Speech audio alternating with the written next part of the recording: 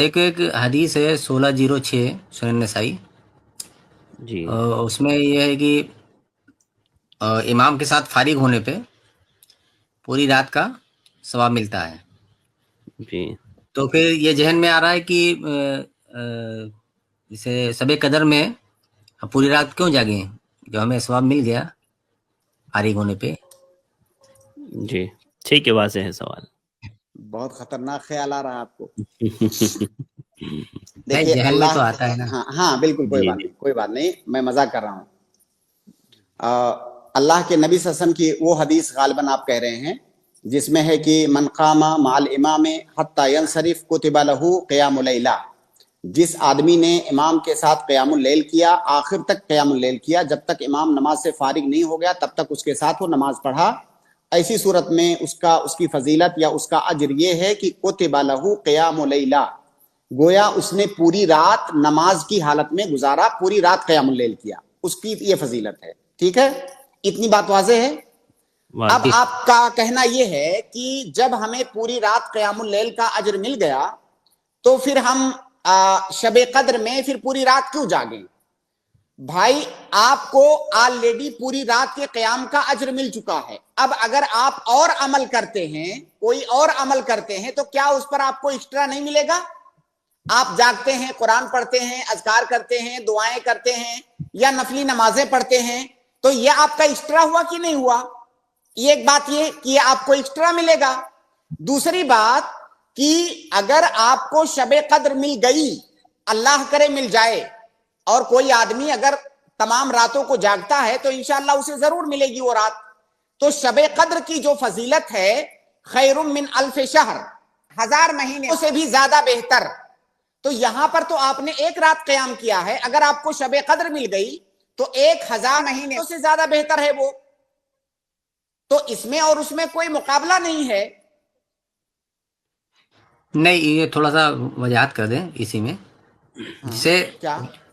مان لیجیے 21ویں کی رات شب قدر ہے، مان لیجیے، جی تو جی اس میں ہم نے امام کے ساتھ تراویح پڑھی اور فارغ ہو گیا تو ہمیں جی پوری رات کا ثواب مل گیا. تو بالکل کیا ہمیں انشاءاللہ. شب قدر مطلب تھوڑا سا حصہ ملا کہ نہیں ملا، یا جاگنے پر ہی ملے گا وہ؟ بالکل بالکل بالکل، یہ آپ کا دوسرا سوال ہے اور بہت اچھا سوال ہے یہ جو آپ کے خیال دماغ میں آیا.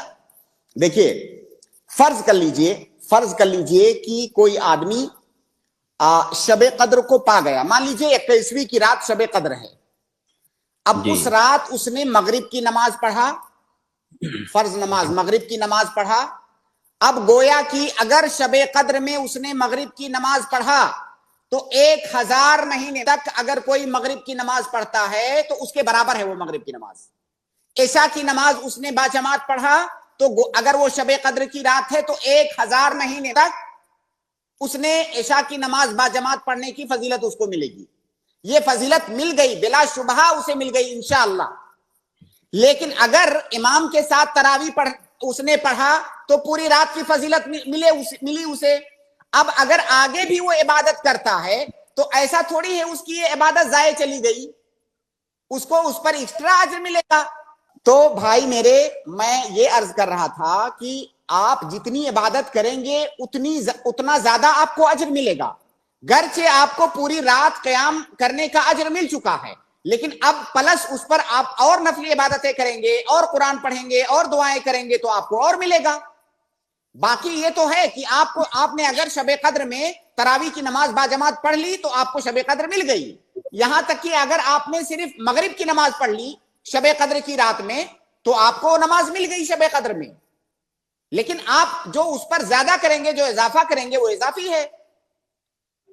جی یہ تو مطلب سوال تھا اپنا، لیکن وہی مطلب سوچ رہا تھا کہ شب قدر جسے ہر آدمی کو مطلب ابھی مل ہی جاتا ہے، اچھا کیونکہ وہ دیکھیے، مغرب کی نماز اور عیسیٰ کی نماز تو ہاں پڑھتا ہی ہے. سنیے باقی ایک بات جاگنا اور. تو ہے ہی ہے. جی جیسے ایک آدمی نے شب قدر میں 2 رکعت نماز پڑھی، ایک آدمی نے 10 رکعت نفل پڑھی، کیا دونوں برابر ہیں؟ نہیں، برابر صرف نہیں ہے وہ میں دونوں. نہیں کہہ رہا ہوں، نہیں وہ نہیں میں نہیں، نہیں جی کہہ رہا ہوں. وہی جو میں آپ کی سمجھا. بات کرے گا سنیے وہی صحیح ہے، سنیے آپ ملے کی گا. بات ارے صحیح بھائی، ہے، شیخ سمجھا رہے ہیں آپ کو، بات جی آپ کی جی صحیح ہے، آپ کی بات کا انکار نہیں ایک کر رہے. آدمی نے صرف تراویح کی نماز پڑھا شب قدر میں، ایک آدمی تراویح پڑھنے کے بعد پوری رات قرآن بھی پڑھا،